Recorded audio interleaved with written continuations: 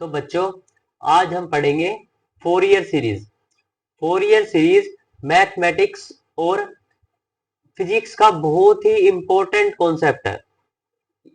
ये फिजिक्स में भी यूज होता है और मैथमेटिक्स में भी यूज होता है। फिजिक्स और मैथमेटिक्स दोनों के बच्चे इसको पढ़ सकते हैं। ठीक है, तो सबसे पहले हम हमारे को क्या पता होना चाहिए हमारी प्रीवियस नॉलेज से। सीरीज क्या चीज होती है? सीरीज कोई भी टर्म सेपरेट हो प्लस या माइनस साइन से उसको बोलते हैं सीरीज। जैसे कि इस एग्जांपल में दिखा रखा है 1+2x+5+7+9 डैश डैश डैश। ये नंबर किससे सेपरेट है? प्लस या माइनस, जिससे भी आप करना चाहो उसको बोलते हैं एक सीरीज है। ठीक है, ऐसे ही ये सीरीज हो सकती है पॉलिनोमियल की, x+2x+3x+4x², कुछ भी हो सकता है। यहाँ पे ये भी क्या है? एक सीरीज है। तो फोरियर सीरीज क्या चीज है?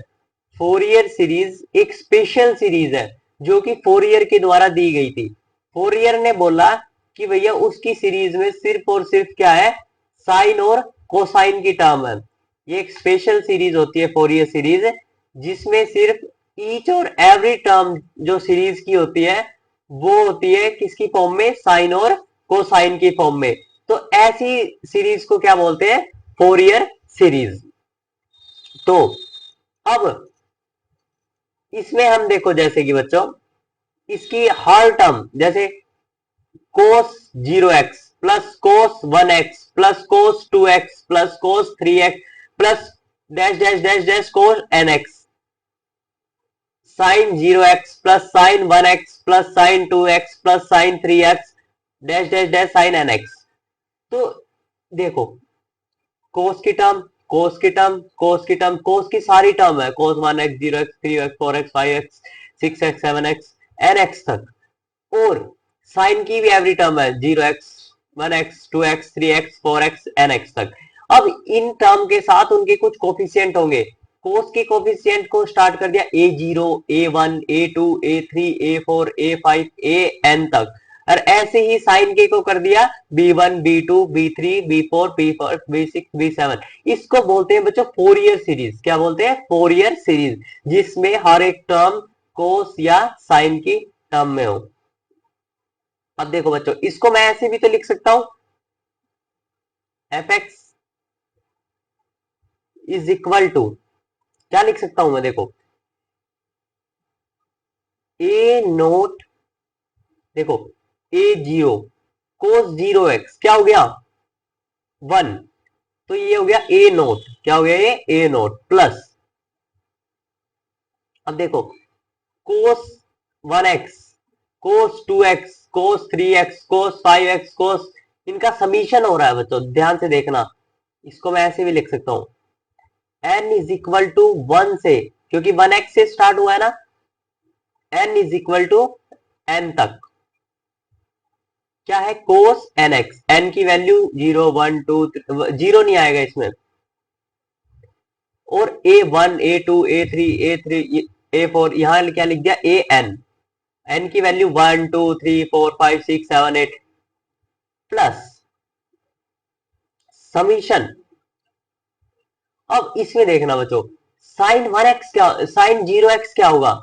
b0 साइन 0x, साइन 0 0, तो ये b नोट वाली टर्म क्या हो जाएगी? कैंसिल। तो यहां से भी यही बनेगा, साइन nx। कहां से? n इज इक्वल टू 1 से n is equal to n तक। और b1 b2 b3 b4 b4 को क्या लिख सकता हूं मैं? bn। इसको बोलते हैं बच्चों यूलर्स फॉर्मूला। क्या बोलते हैं? Euler's formula of Fourier series. Euler's formula of Fourier series. Euler's formula Fourier series का। अब बच्चों ये ए नोट ए एन बी एन क्या है? ये तो देखो बच्चों, ये कोफिशियंट है। ए नोट ए एन और बी एन क्या है? फोरियर सीरीज के क्या है? Coefficient. A note A N और बी एन क्या है, फोरियर सीरीज के कोफिशिएंट है। फोरियर सीरीज के क्या है, कोफिशिएंट। ठीक है। अब ये तो बच्चों फोरियर सीरीज के कोफिशिएंट हो गए। अब अपने को क्या करना है, ये कोफिशिएंट बताते क्या है।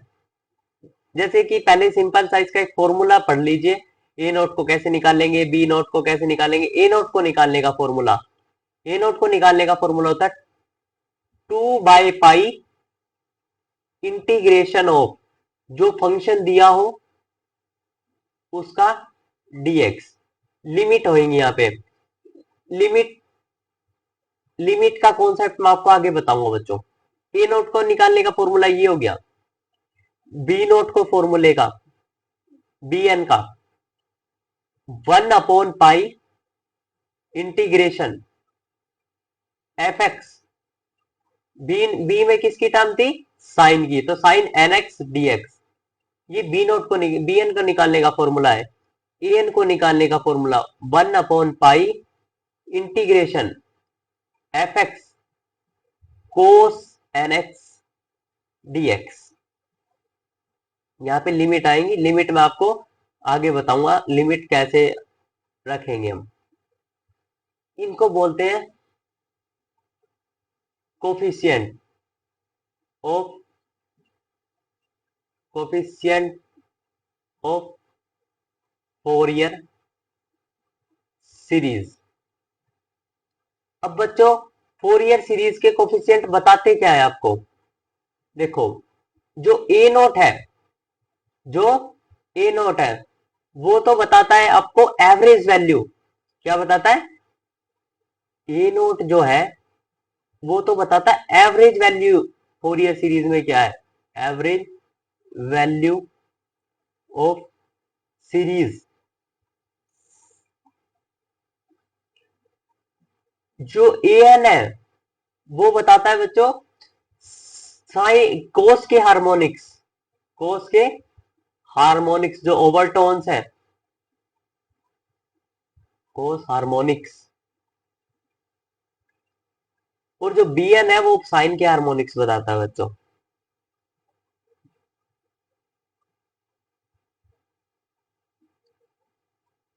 जो जब n इज इक्वल टू 1 हो जाए, जब n इज इक्वल टू 1 हो जाए तो ये नेचुरल एम्पलीट्यूड को बताता है, नेचुरल एम्पलीट्यूड को बताता है।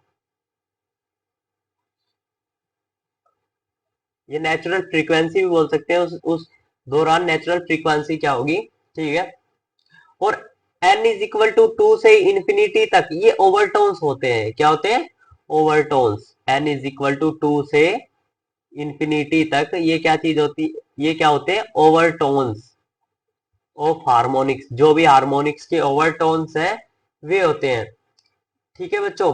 A1 हमेशा बड़ा होता है A2 से, A2 बड़ा, A2 बड़ा होता है A3 से, A3 बड़ा होता है A4 से।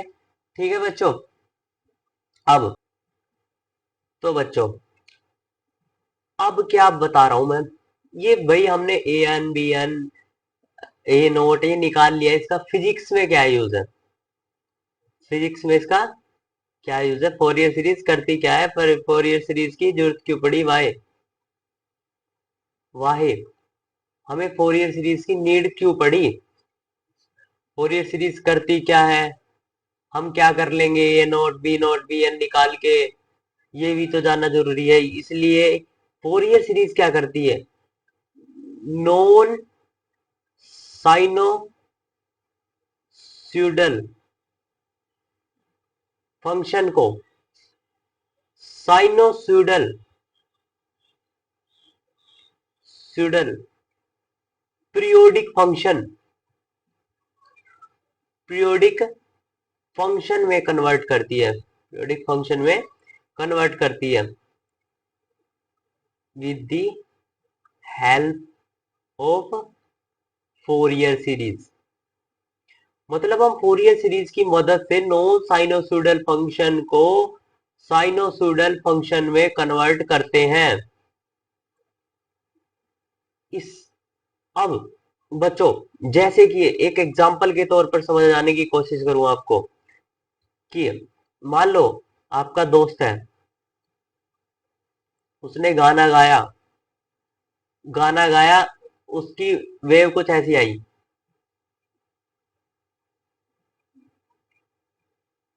ठीक है बच्चों, उसकी वेव कुछ ऐसी आई, आपके दोस्त ने जो गाना गाना गाया। अब उस गाने के साथ एक गिटार भी बज रहा था, उसकी वेव कुछ ऐसी थी।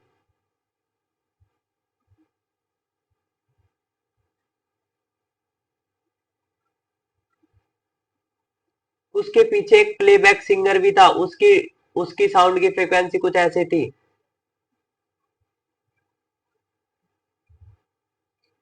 तो फोरियर सीरीज क्या करेगी? फोरियर सीरीज से हम क्या कर सकते हैं? फोरियर सीरीज से हम कर सकते हैं कि इसकी दो अपने तुम्हारे दोस्त की साउंड, जो तुम्हारे दोस्त ने गाना गाया उसकी साउंड, जो तबले की साउंड, जो तबला था, और जो आपके पीछे जो गाना गा रहा था उसके हार्मोनिक्स को अलग अलग कर सकते हैं हम। किसकी मदद से? फोरियर सीरीज की मदद से। ये तो सिर्फ एक एग्जांपल था ताकि मैं आपको समझा सकूं कि फोरियर सीरीज का यूज क्या है फिजिक्स में। जैसे कि बच्चों तुमने एक और एग्जांपल सुनो, रेक्टिफायर पढ़ा होगा। रेक्टिफायर में क्या था? हमारे को एक आउटपुट मिलती थी, हाफ वेव या फुल वेव। तो हम उसका एनालिसिस कर सकते हैं फोरियर सीरीज से, मतलब फोरियर सीरीज ट्रांसफॉर्मेशन का भी यूज कर सकते हैं हम इसमें। तो फोरियर सीरीज ट्रांसफॉर्मेशन का भी यूज हम इसमें कर सकते हैं। तो अब क्या बच्चों, अब अपने को समझना होगा कि फोरियर सीरीज क्या करती है? नॉन साइनोसोइडल फंक्शन को periodic function, sinusoidal periodic function में कन्वर्ट करती है। जैसे कि कोई भी टर्म हो एक्स प्लस एक्स स्क्वेयर, इसको किसमें इस टर्म को किसमें कन्वर्ट कर देगी फोरियर सीरीज? साइन और कोसाइन की टर्म में। ये बहुत अच्छी बात है इस फोरियर सीरीज की कि हमने नॉन पीरियोडिक सिग्नल था उसको एक पीरियोडिक साइन और कोसाइन की टर्म में बदल दिया, और उससे हम क्या पालेंगे? उसकी एवरेज वैल्यू, उसके हार्मोनिक्स कि मान लो इसकी जो ये है, एक एग्जांपल के तौर पर सुनो, आपके दोस्त की फ्रीक्वेंसी ये आ रही है। जैसे कि मान लो ये एक रैंडम एग्जांपल है, sine 2x plus sine 9x plus sine 3x। एक रैंडम एग्जांपल लिया मैंने, मान लो आपको ये गायब करना है तो आप गायब कर सकते हैं, क्योंकि बिल्कुल एक एक चीज मिल गई है हमें, उसके एक एक हार्मोनिक्स, उसकी एक एक फ्रीक्वेंसी उसकी मिल गई है। तो आप अपने को ये गायब करना है तो आराम से हम कंप्यूटर की हेल्प से इसे गायब कर सकते हैं। ये है फोरियर सीरीज की इंपॉर्टेंस फिजिक्स में। तो बच्चों हम आपको फोरियर सीरीज का आपको पता चल गया, फोरियर सीरीज क्या करती है? नॉन नॉन पीरियोडिक सिग्नल को किसमें? साइन और कोसाइन की टर्म में कन्वर्ट कर देती है। मतलब अब अब सबसे पहली बात बच्चों,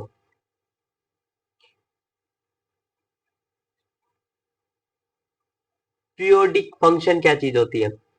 क्योंकि Fourier series non periodic function को, नॉन पीरियोडिक उसको साइनोसॉइडल फंक्शन को पीरियोडिक साइनोसॉइडल फंक्शन में कन्वर्ट कर देती है। तो अब क्या करेंगे? पीरियोडिक फंक्शन क्या चीज होती है? पीरियोडिक फंक्शन ऐसा फंक्शन होता है जो कि अपने आप को एक फिक्स इंटरवल ऑफ टाइम के बाद अपने आप को रिपीट करे। A function which repeats itself after a fixed interval of time। एक ऐसा फंक्शन जो कि अपने आप को एक फिक्स इंटरवल के बाद अपने आप को रिपीट कर ले, उसको बोलते हैं पीरियोडिक फंक्शन। जैसे कि बच्चों आपने एनसीईआरटी का एक एग्जांपल देखा होगा, एक चिट्ठी है, एक चींटी है, वो 5 सेंटीमीटर ऊपर चढ़ती है, फिर बेचारी नीचे गिर जाती है, फिर 5 सेंटीमीटर ऊपर चढ़ती है, फिर नीचे गिर जाती है, फिर 5 सेंटीमीटर ऊपर चढ़ती है, फिर नीचे गिर जाती है, फिर 5 सेंटीमीटर ऊपर गिरती है, फिर नीचे गिर जाती है, टाइम के साथ। तो ऐसा फंक्शन जो कि अपने आप को रिपीट कर रहा है, उसको बोलते हैं पीरियोडिक फंक्शन। क्या बोलते हैं? Periodic function. साइन और कोसाइन का फंक्शन भी क्या होता है बेटा बच्चों? पीरियोडिक फंक्शन होता है। फोरियर सीरीज में हम साइन और कोसाइन की बात ही करते हैं। क्यों? ऐसा क्यों? ऑल ट्रिग्नोमेट्रिक फंक्शन क्या होते हैं? पीरियोडिक। ऑल जो ट्रिग्नोमेट्रिक फंक्शन होते हैं, फंक्शन जो होते हैं, वो क्या होते हैं? पीरियोडिक होते हैं। पीरियोडिक, जो कि अपनी वैल्यू को रिपीट करते हैं। पीरियोडिक, जैसे कि साइन, कोस, टेंजेंट, कोटेंजेंट, कोसिकेंट और सीकेंट, ये सारे पीरियोडिक है बच्चों। फिर भी हम साइन और कोस का यूज करते हैं। क्यों? टेंजेंट का क्यों नहीं यूज करते? कोटेंजेंट का क्यों यूज नहीं करते? सीकेंट का क्यों नहीं यूज करते? इसका क्यों नहीं यूज करते फॉरियर सीरीज में? सुनना बच्चों, साइन का ग्राफ देखना।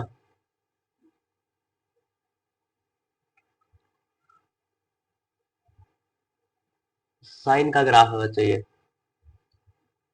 ठीक है। 0, π/2, पाई, 3π/2, 2π, 5π/2,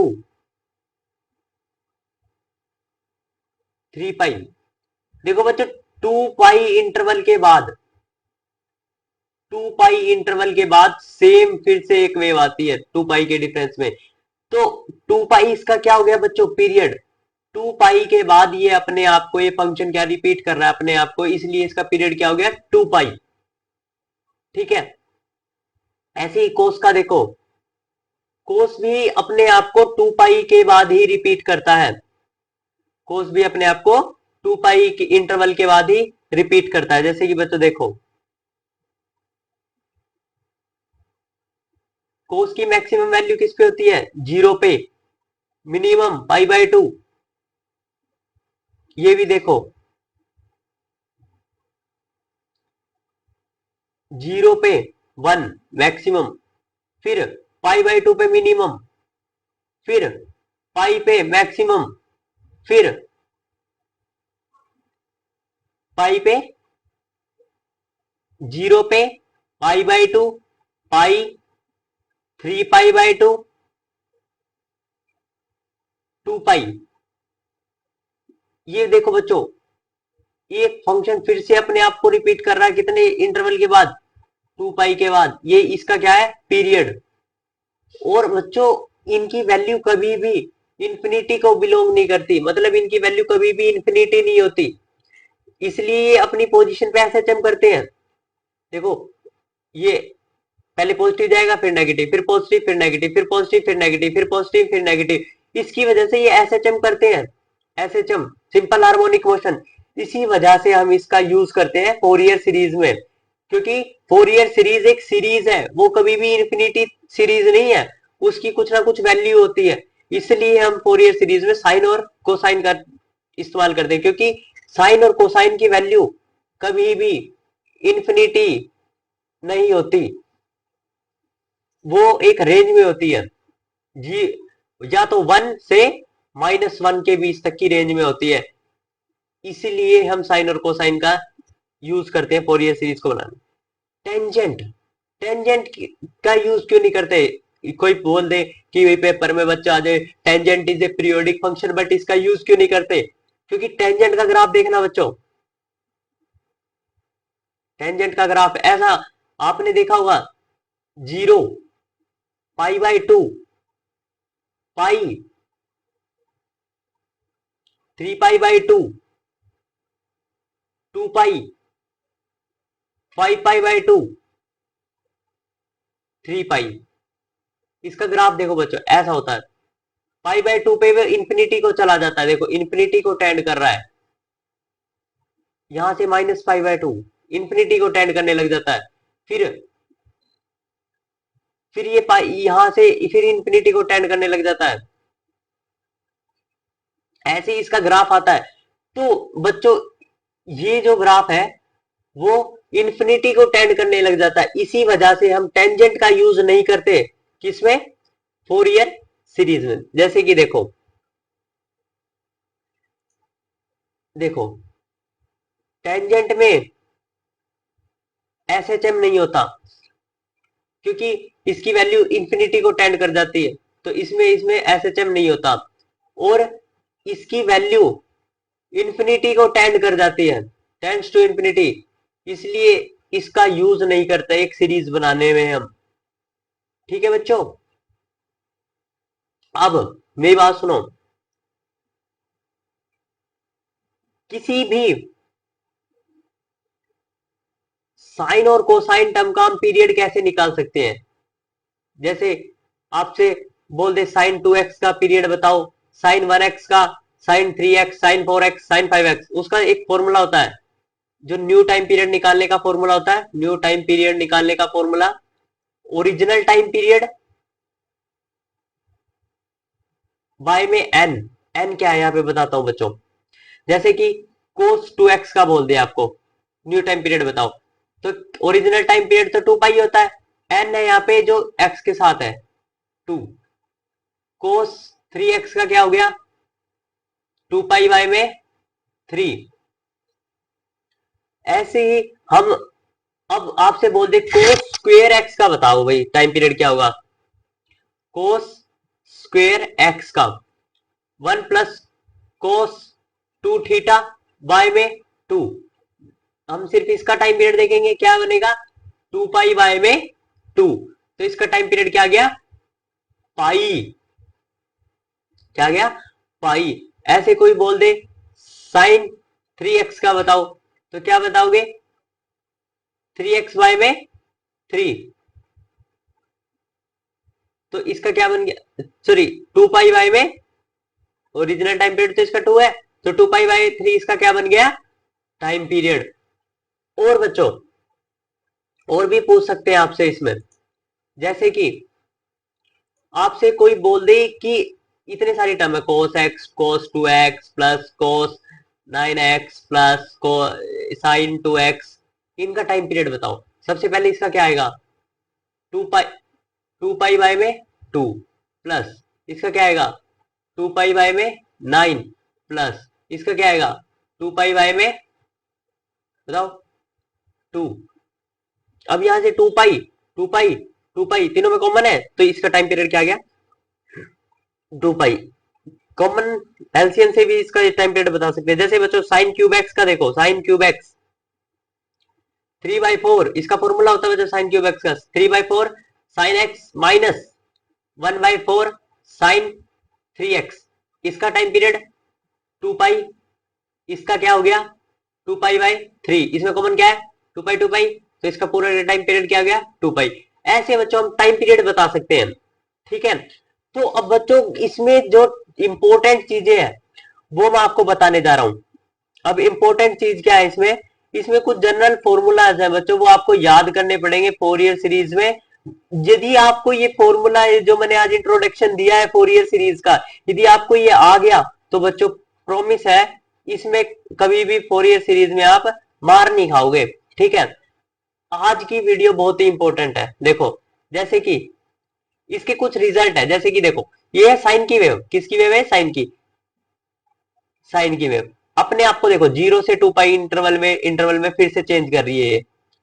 ठीक है, तो देखो साइन 0 क्या वैल्यू है 0, साइन पाई 0, साइन 2 पाई 0, साइन 3 पाई 0, तो sign 0 pi 1 pi 2 pi 3 pi 4 पाई 5 पाई 6 पाई एन पाई, साई एन पाई की वैल्यू होती है 0, एन बिलोंग्स टू इंटीजर। ठीक है बच्चों, अब देखो साइन पाई बाय 2 क्या होती है maximum value 1, sine 3 pi by 2 क्या होगी -1, साइन 5 पाई बाय 2 1, तो साइन की वैल्यू +1 भी है और -1 भी, +1 भी और -1 भी।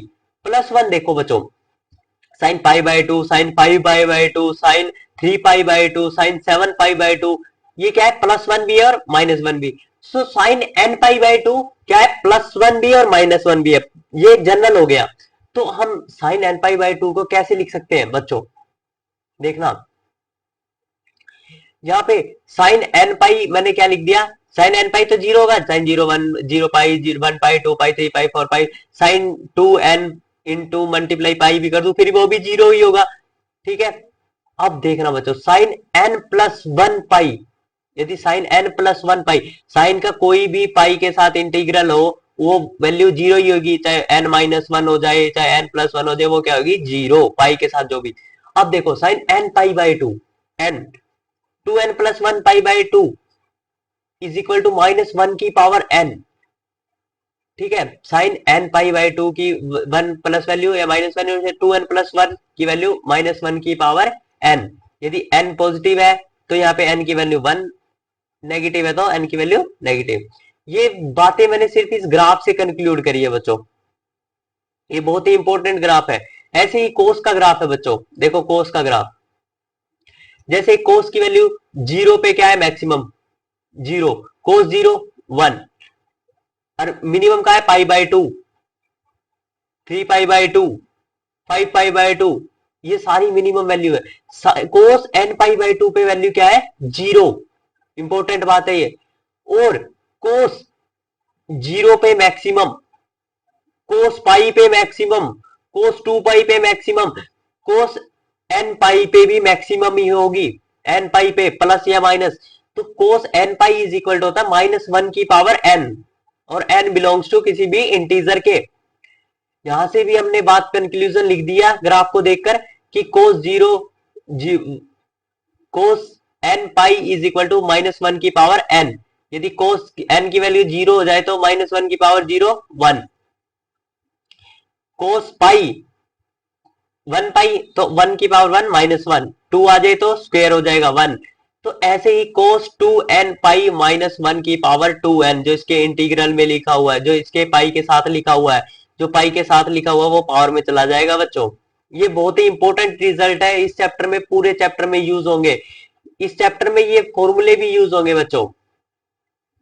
जैसे कि इंटीग्रेशन के सिंपल सिंपल से फॉर्मूले हैं, 1 का इंटीग्रेशन क्या होगा, x with respect to x करें तो e की पावर ax का क्या होगा, e की पावर ax बाय में a plus c, integration constant है, x की पावर n का एक पावर ऐड उसी से डिवाइड, साइन का कोस हो जाएगा और उसके एंगल से डिवाइड, कोस का साइन हो जाएगा उसके एंगल से डिवाइड,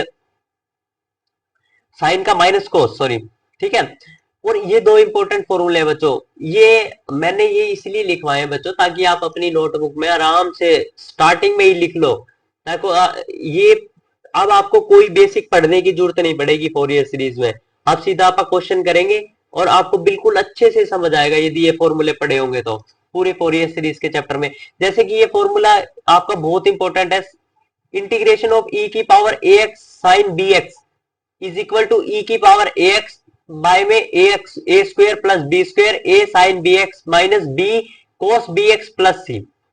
ऐसे ही है कोस का ई की power a x cos b x, e की पावर ए एक्स डिवाइड में a square plus b square a cos b x plus b sign b x whole bracket 1 और सी, ठीक है बच्चों। और इंटीग्रेशन बाय पार्ट्स रूल आपने 11th class में पढ़ाई होगा। इंटीग्रेशन बाय पार्ट्स रूल क्या बोलता है, first first as it is दूसरे का इंटीग्रेशन माइनस फर्स्ट का डेरिवेटिव दूसरे का इंटीग्रेशन फिर पूरे होल का इंटीग्रेशन, ठीक है। इनमें आइलेट का रूल लगता है, आई का मतलब इनवर्स, किसको प्राथमिकता देंगे आप, एल का मतलब लॉग, लोगारिथम, ए का मतलब एलिजेब्रिक, टी का मतलब ट्रिग्नोमेट्रिक, ठीक है बच्चों। तो बच्चों आपको जो मैं आज जो करवा रहा हूं ना बच्चों, ये बार बार बोल रहा हूं आपको, ये बहुत इंपॉर्टेंट है, क्योंकि है ना इससे आपका पूरे फोरियर सीरीज में कोई भी प्रॉब्लम नहीं होगी आपको यदि ये फॉर्मूले याद होंगे। ये पूरे फॉर्मूले फिर मैं बार बार नहीं लिखवाऊंगा कि भाई कॉम्प्लेक्स में अलग लिखवाए, मैंने इसलिए स्टार्टिंग की इंट्रोडक्शन लेक्चर्स में सारे फॉर्मूले लिखवा दिए हैं ताकि आप अपनी नोटबुक में एक जगह इसको आराम से रिटर्न कर ले और इनको याद कर ले, पेपर में बस एक बार फॉर्मूला पढ़े और पूरा चैप्टर बिल्कुल क्लियर हो जाएगा आपको। पढ़ के देखना आप। देखो साइन थीटा का फॉर्मूला होता है sine theta is equal to e की power iota theta minus e की power minus iota theta by में 2। ठीक है। साइन हाइपरबोलिक थीटा का फॉर्मूला होता है साइन हाइपरबोलिक थीटा का क्या फॉर्मूला होता है ई की पावर थीटा माइनस ई की पावर माइनस थीटा बाय में 2। और थर्ड फॉर्मूला भी बहुत इंपॉर्टेंट है two sine n x sine two cos n x sine x is equal to sine a plus b minus sine a minus b. ठीक है। तो N x ए हो गया ये एक्स क्या हो गया b sine n x plus x minus sine n x minus x. तो एक और formula two sine a sine b का फॉर्मूला होता है माइनस ब्रैकेट ताकि बच्चों ये फॉर्मूला और ये फॉर्मूला सेम सेम सा दिखे इसलिए मैंने माइनस बाहर ले लिया cos a plus b minus cos a minus b. Sine square theta का फॉर्मूला होता है आपको बच्चों ये 11th क्लास से याद है बस मैं आपको एक बार कह रहा हूं सामने अपनी नोटबुक में लिख लेना ताकि आपको याद हो जाए अच्छे से। जैसे कि साइन स्क्वायर थीटा का फॉर्मूला होता है 1 माइनस कोस 2 थीटा बाय में 2। कोस स्क्वायर थीटा का फॉर्मूला होता है 1 minus 1 plus cos 2 theta by में 2। Sine cube theta sine cube theta का फॉर्मूला होता है 3/4 sine theta minus 1/4 sine 3 theta या एक्स जो भी यहाँ पे मैंने लिख रखा है बच्चों। कोस हाइपरबोलिक ax का फॉर्मूला e की पावर ax प्लस e की पावर माइनस ax बाय में 2। बच्चों ये सम इंपोर्टेंट फॉर्मूलाज थे जो आपको अपनी नोटबुक में फ्रंट पेज पे लिखने हैं फोरियर सीरीज करते वक्त। ठीक है। अब मैं आपको बताने वाला हूं इवन और odd concept of sine series. Even function क्या चीज होती है इवन फंक्शन एक फंक्शन को इवन कब बोला जाएगा जब एफ एक्स में माइनस जो आपको फंक्शन दिया होगा उसमें एक्स की जगह माइनस एक्स रख दे और वो फंक्शन सेम आ जाए तो उसको बोलेंगे इवन फंक्शन। क्या बोलेंगे इवन फंक्शन। जैसे कि बच्चों एग्जांपल देखना कोस एक्स एक एग्जांपल है एक्स की जगह हमने क्या रखा माइनस एक्स तो वो ही फंक्शन आ गया कोस एक्स तो इसको बोलते हैं इवन फंक्शन। एक और एग्जांपल देखो बच्चों 1 बाय में 1 प्लस एक्स स्क्वायर एक्स की जगह क्या रखा माइनस एक्स तो वही फंक्शन आ गया। ऐसे फंक्शन को क्या बोलते हैं हम इवन फंक्शन। बच्चों ये एक बहुत ही इंपॉर्टेंट टॉपिक है फोरियर सीरीज में। ये आप ग्राफ से भी एनालाइज कर सकते हैं ग्राफ से एनालाइज बच्चों देखो कैसे जैसे कि ये किसका ग्राफ है कोस एक्स का ग्राफ है आपको पहचान में आ रहा हो तो ये कोस एक्स का ग्राफ है। देखो ये 1 से मैक्सिमम फिर मिनिमम फिर मैक्सिमम फिर मिनिमम तो कोस एक्स का ग्राफ है ये। देखो बच्चों ये वाई एक्सिस पे आप मिरर रख दो वाई एक्सिस पे क्या रख दो मिरर। यदि मैं मिरर में सामने से अपने आप को देख रहा हूं सेम दिख रहा है देखो यहाँ पे जैसे ये है वहां पे ऐसा ही ये है तो इस ऐसे जो ग्राफ होते हैं उसको भी बोलते हैं इवन फंक्शन का ग्राफ है। ये किसका फंक्शन का ग्राफ है इवन फंक्शन का। जैसे बच्चों यहाँ देखो सबसे आसान जैसे कि एक्स एक्सिस वाई एक्सिस ये लाइन देखो वाई एक्सिस में मैंने मिरर रख दिया मिरर रखने के बाद ये क्या हो गया सेम टू सेम जैसा ये है वैसा ये है तो ये भी क्या है एक इवन फंक्शन का ग्राफ है बच्चों। जैसे कि ये देखो ये ट्रायंगुलर वेव का ग्राफ है तो इसमें देखो यहाँ पे मिरर रख दो वाई एक्सिस पे यहां से देखो इसको सेम वाई एक्स जो यहाँ है वो यही है इसीलिए इसको बोला जाता है इवन फंक्शन का ग्राफ है ये। बच्चों इवन फंक्शन के ग्राफ से बहुत बहुत इंपॉर्टेंट कंक्लूजन आ सकते हैं। देखो सबसे पहले मैंने लिख रखा है ग्राफ इज सिमेट्रिकल अबाउट किस वाई एक्सिस की है वाई एक्सिस एक मिरर की तरह काम कर रही है कर्व की। ठीक है। अब बच्चों इवन फंक्शन का जो इंटीग्रेशन होता है याद रखना है आपको इवन फंक्शन का इंटीग्रेशन जीरो भी हो सकता है और जीरो नहीं भी हो सकता मतलब दोनों ही केस हो सकते हैं जीरो भी हो सकता है और जीरो नहीं भी हो सकता। जो एरिया अंडर द कर्व हो मान लो आपके पास लिमिट है -पाई टू पाई मतलब एक फुल रेंज है -पाई टू पाई तो क्या होगा इवन फंक्शन का इंटीग्रेशन ये आपने बच्चों सारा कुछ पढ़ा हुआ है। इवन फंक्शन का इंटीग्रेशन होता है -पाई टू पाई तक दो बाहर आ जाता है क्योंकि डबल हो जाता है और लिमिट चेंज हो जाती है 0 से पाई और इंटीग्रेशन हो जाता है उस फंक्शन का। ये है इवन फंक्शन का इंटीग्रेशन रूल। मतलब क्या होता है, यदि फुल रेंज की लिमिट हो, जैसे -c to c, 0 से 2 पाई ना हो, मतलब 0 नहीं होना चाहिए, फुल रेंज होनी चाहिए, -पाई to पाई, ये सिर्फ बच्चों तभी लगेगा ये रूल जब लिमिट हो -पाई to पाई, 0 से 2 पाई, मतलब एक फुल रेंज हो, तो लिमिट चेंज हो जाएगी 0 से 2 पाई टू, और फंक्शन का इंटीग्रेशन मतलब डबल हो जाएगा। ये है इवन फंक्शन। ये कब लगेगा, सिर्फ -पाई to पाई और -c to c लिमिट हो, मतलब एक कांस्टेंट लिमिट हो या -पाई to पाई लिमिट हो, तभी ये रूल लगेगा इवन फंक्शन का। दो बाहर आ जाएगा और जो फंक्शन है उसका इंटीग्रेशन एज इट इज, और लिमिट चेंज हो रह जाएगी 0 से पाई। अब बच्चों ओड फंक्शन, ऐसे ही ओड फंक्शन, ओड फंक्शन ऐसा फंक्शन होता है जब हम x की जगह -x रखें और माइनस बाहर आ जाए। जैसे हमने साइन x की जगह -x रखा तो बाहर आ गया माइनस का निशान, तो साइन अपने अंदर माइनस नहीं रखता, वो बाहर निकाल देता है, तो -sin x, तो साइन एक्स का माइनस बन गया। तो ऐसे फंक्शन को बोला जाता है ओड फंक्शन। क्या बोला जाता है, ओड फंक्शन। जैसे कि एक एग्जांपल देखो, x+x³ x की जगह -x और x³ की जगह -x³ रख दिया, तो x -x तो माइनस बाहर निकाल दिया, इस फंक्शन का नेगेटिव साइन बाहर आ गया, तो ऐसे फंक्शन को बोला जाता है बच्चों ओड फंक्शन। इसकी ग्राफ एनालिसिस देखो बच्चों, ग्राफ एनालिसिस, जैसा ये साइन का ग्राफ है, मान लो साइन का ग्राफ ये जैसा पॉजिटिव है वैसा ही एंटी सिमेट्री में नेगेटिव होगा। देखो बच्चों वाई एक्सिस के नीचे देखना, ये एक्स एक्सिस पे मिरर रख दो, मैं एक्स एक्सिस पे मिरर रख दिया, तो यहां पर जो चीज है वो ही इसके नीचे होगी, तो ऐसी चीज को बोला जाता है, ये क्या है, ओड फंक्शन। ओड फंक्शन का ग्राफ, आपको ग्राफ से पता चला साइन एक्स का क्या होता है, ग्राफ ओड होता है, और इवन किसका होता है, कोस एक्स का। ठीक है बच्चों, इसको एंटी सिमेट्रिक, ये होता है anti symmetric about x axis. अब बच्चों जैसे ये ग्राफ देखो, पॉजिटिव, ऐसे ही हम यदि मिरर रख दें तो ये भी क्या बन जाएगा, इसका नेगेटिव में। ठीक है बच्चों, ये भी ग्राफ किसका है, ओड फंक्शन का। अब ओड फंक्शन का हमेशा की हमेशा इंटीग्रेशन क्या होता है, जीरो। क्या होता है ओड फंक्शन का इंटीग्रेशन, जीरो।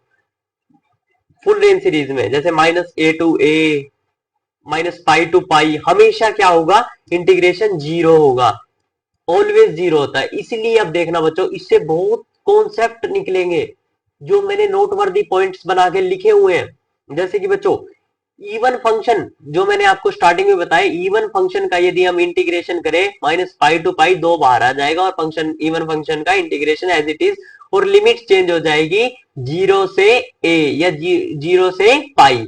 ओड फंक्शन का ऑलवेज इंटीग्रेशन क्या होगा, जीरो, -a to a या -पाई to पाई। अब बच्चों देखो, even into even, even function into even function होता है even function, odd function into odd function होता है even function, even function into odd function होता है ओड फंक्शन, और odd function into even function होता है ओड फंक्शन। यहां से बहुत बहुत अच्छा कंक्लूजन निकलने वाला बच्चों, बहुत अच्छा।